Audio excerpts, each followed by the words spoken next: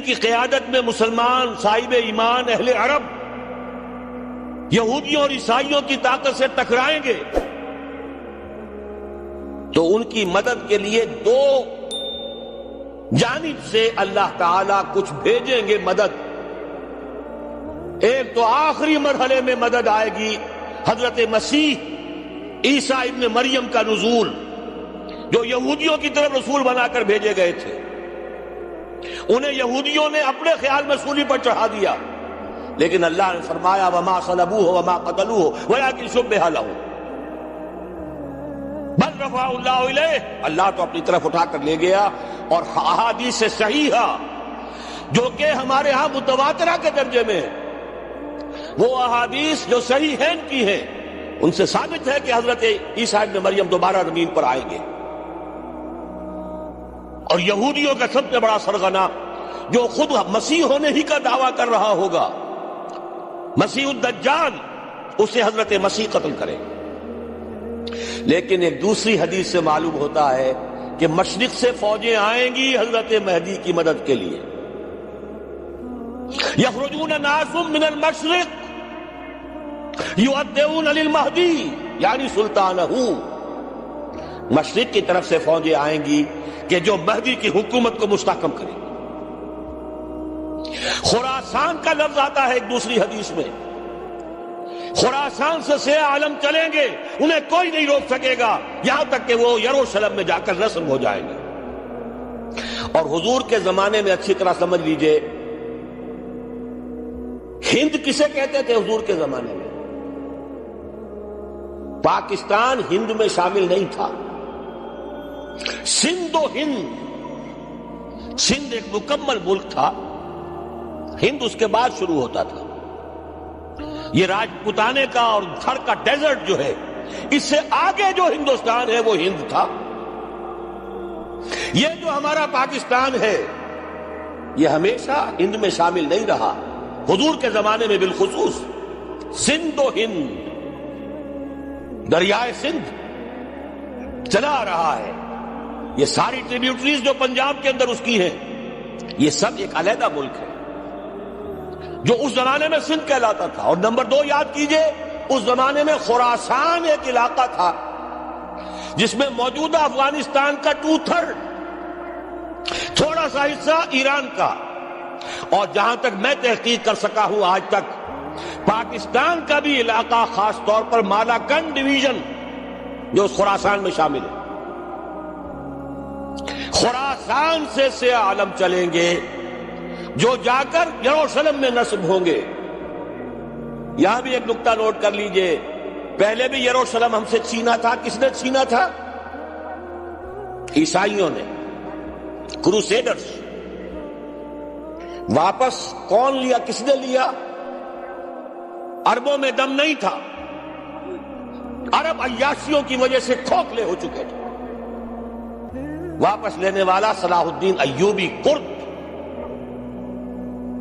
خون. اب دوبارہ یروشلم لیا جا چکا. چھینا کن سے گیا؟ عربوں سے.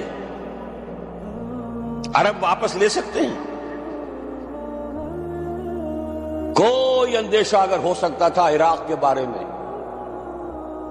کہ شاید اس کے ایٹمک دانت نکل آئے، جو سازش کی گئی، جس طرح اس احمق اور پاگل صدام حسین کو دام میں پھنسایا گیا. صدام، 100 جال، دام کہتے ہیں جال کو، 100 اس میں جو پھنسا ہے تو اگلا پچھلا کھایا پیا سب اگلوا لیا. اور ہے ہی کون؟ اس کے پاس ایٹمک ہتھیاروں کا ذخیرہ موجود ہے، اور کسی کے وہ ایٹمک دانت بھی نکلنے نہیں دے رہے. پاکستان کے اوپر کتنا دباؤ، اور ہمیں نہیں پتا کتنا کچھ دباؤ قبول کیا جا چکا. یہ تو سبھی مانتے ہیں. کیپ کر دیا گیا، روک دیا گیا، آگے تو نہیں بڑھ رہا، یہ تو سبھی مانتے ہیں. رول بیک بھی ہو گیا یا نہیں کچھ پتہ نہیں. لیکن کسی صورت یہ نہیں تسلیم کریں گے، قبول کریں گے کہ کسی مسلمان ملک کے پاس ایٹم بم آ جائے. یہودیوں کے پاس ذخیرہ موجود، سب جانتے ہیں. بہرحال یہ جان لیجئے اس علاقے سے امید ہوتی ہے. سندھ اور خراسان حالات بہت خراب ہیں ہمارے، اور حالات بہت خراب ہیں افغانستان کے بھی، لیکن حالات کے بدلتے اللہ تعالیٰ کی مشیت کے تحت دیر نہیں لگا کرتی. سیرت نبوی میں مجھے نظر آتا ہے سن 10 میں 10 نبوی ہجرت سے 3 سال پہلے 2.5 سال پہلے کہیں سے کوئی امید کی کرن نظر نہیں آتی تھی کہ عرب میں اسلامی حکومت قائم ہو جائے گی.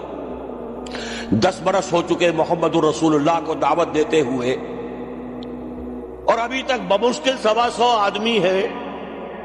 اپنے بل پر اپنے طاقت پر مکے میں رہ بھی نہیں سکتے. کیسے ہو جائے گا؟ کہاں سے ہو جائے گا؟ میں آج پوچھتا ہوں، کوئی سر بتائے کہیں سے کوئی امید کی کرن اس وقت نظر آتی ہے؟ اس ماحول میں لے جائیے. اگلے 3 سال میں کیا ہو گیا؟ پہلے سال 6، اگلے سال 12، اس سے اگلے سال 72، اور بیعت عقبہ ثانیہ ہجرت، اور وہاں سے اب حضور کی طرف سے شروع ہو گیا انیشیٹو. تو ہم نہیں کہہ سکتے. اللہ تعالیٰ کی قدرت، اللہ کی مشیت. یہ یقین ہے کہ دنیا کے خاتمے سے پہلے نظام خلافت قائم ہوگا، اور تمام دنیا میں ہوگا. ظاہر ہے کہیں پہلے کسی ایک جگہ سے ہوگا، جیسے حضور کے زمانے میں ہوا. اگر بیک وقت پوری دنیا میں ہو سکتا تو حضور کے دست مبارک سے ہوتا. اگر حضور کے دست مبارک سے بھی ایک ملک میں ہوا، جزیرہ نما عرب میں ہوا، پھر حضور کے امتی ہیں نا. ابو بکر ہے، عمر ہے، عثمان ہے، صحابہ کرام کی فوجیں نکلی ہیں، امتی ہیں. امتیوں کے ہاتھوں اس کی توسیع ہوئی. اب بھی یہی ہوگا، کسی ایک علاقے میں ہوگا. میرا گمان ہے، میں یہ یقین سے نہیں کہہ سکتا. گمان بھی میرا ان احادیث کی روشنی میں ہے جو میں نے آپ کو بتا دی اور موجود ہے اس کتابچے کے اندر. علامہ اقبال نے بھی انہی کے حوالے سے کہیں کہا ہے، میرے عرب کو آئی ٹھنڈی ہوا جہاں سے، میرا وطن وہی ہے، میرا وطن وہی ہے. اس علاقے سے کچھ ہونے والا ہے اور ہوگا انشاءاللہ. میری زندگی میں نہ ہو، آپ کی زندگی میں نہ ہو، کوئی پرواہ نہیں. حضرت حمزہ تو شہید ہو گئے غزوہ احد میں. 5 سال کے بعد حضور مکے میں داخل ہوئے ہیں فاتح کی حیثیت سے. حضرت حمزہ کی نگاہوں نے، ان آنکھوں نے تو نہیں دیکھا، عالم ارواح میں اللہ نے کیا مشاہدہ کرایا ہوگا انہیں، وہ تو ہمیں معلوم نہیں. بعض صحابہ شہید کر دیے گئے مکے ہی میں. بہت بڑی کامیابی. اپنی جان لگا دیں، اپنے آپ کو کھپا دیں، اپنے آپ کو مٹا دیں. جس طرح روڑی کوٹ کر بنیادوں میں بھر دی جاتی ہے، ہماری ہڈیوں کا چورا بنا کر اور ہمارے خون کے اندر اسے گون کر اگر وہاں ڈال دیا جائے، اس سے بڑی سعادت کوئی نہیں. اس پر تعمیر ہو خلافت علی منہاج النبوہ کی، ہم اس کی بنیاد کے اندر دفن ہو جائیں، یہی بہت بڑی سعادت ہے. لیکن یہ ہوگا. میں نے عرض کیا تھا کہ یقین ہے مجھے کہ ہوگا، اور ہر صاحب ایمان کو یقین ہونا چاہیے کہ ہوگا. باقی یہ کہ یہ آثار ہیں اور احادیث بھی ہیں، اور 400 برس کی تاریخ بھی بتاتی ہے کہ یہیں سے ہوگا. 1000 برس تک سارے مجددین امت عالم عرب میں پیدا ہوئے. 11ویں صدی کا مجدد اعظم شیخ احمد سرہندی کہاں دفن ہے؟ سرہند میں، ہندوستان میں. 12ویں صدی کا مجدد اعظم شاہ ولی اللہ دہلوی کہاں دفن ہے؟ دہلی میں. 13ویں صدی کا مجدد اعظم سید احمد بریلوی، ان کے تو قبر بھی معلوم نہیں، لیکن ان کا خون جذب ہوا دریائے کنہار میں، اور ان کے سینکڑوں ساتھیوں کی لاشیں اس بالا کوٹ کے مقام پر. 14ویں صدی کے مجدد اعظم شیخ الہند، لیکن ان کے ساتھ ساتھ اتنے اعظم رجال علامہ اقبال جیسا مفکر، مولانا مودودی جیسا مصنف، مولانا الیاس جیسا مبلغ، کہیں اور ہمیں دکھا دیجئے آپ۔ میں کل کہیں عرض کر رہا تھا، دیکھیے پہلے جو ہے 1000 برس تک ہر خیر ہندوستان میں باہر سے آ رہا تھا۔ معین الدین اجمیری باہر سے آ رہے ہیں، شیخ علی حجویری باہر سے آ رہے ہیں، سندھ میں جتنے اولیاء دفن ہیں سب کے سب باہر سے، ایران سے چلے آ رہے ہیں۔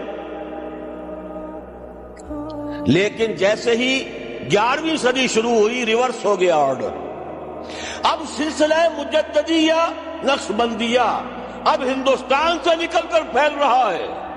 پورا افغانستان، پورا ترکستان، تمام یہ ترک ریاستیں جو آزاد ہوئی ہیں ابھی USSR کے خاتمے کے بعد، یہاں تک کہ سائپرس، جزیرہ قبرص، پورا ترکی جو اب بھی ہے موجودہ ترکی، سلسلہ مجددیہ نقشبندیہ کہاں سے چلا؟ ہندوستان سے پھیل گیا پورے عالم اسلام۔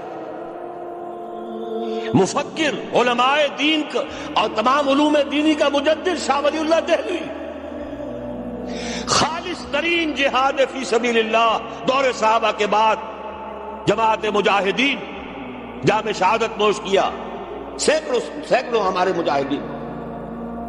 پھر 14ویں صدی میں اقبال جیسا مفکر، مودودی جیسا، دوبارہ دوہرا رہا ہوں، مصنف، مولانا الیاس جیسا مبلغ، مجھے تو کہیں نظر نہیں آتا۔ تمام مسلمان ممالک آزاد ہوئے، کہیں اسلام کا نام نہیں لگا، نہ سرکاروں نے نعرہ لگایا، نہ کہیں کسی اور نے نعرہ لگایا۔ عربوں نے بھی عرب نیشنلزم کا نعرہ لگایا، اسلام کا نعرہ نہیں۔ تحریک پاکستان میں نعرہ لگا، پاکستان کا مطلب کیا؟ لا الہ الا اللہ۔ صبح عرض کر چکا ہوں، تحریک خلافت پوری دنیا میں کہیں نہیں، صرف بر عظیم پاک و ہند میں۔ اور کیسی تحریک خلافت کہ ہندو شریک ہوئے، گاندھی شامل ہوا، پورے ہندوستان کو جس نے گنجا دیا۔ یہ دوسری بات ہے کہ جب خود مصطفیٰ کمال نے ختم کر دیا تو اب کیا کرتے؟ مدعی سست گواہ چست۔ نوٹ کرنے کی بات ہے، کچھ آثار ہیں، 400 سال کی تاریخ ہے، بتا رہی ہے۔ پاکستان کا قیام خود ایک معجزہ،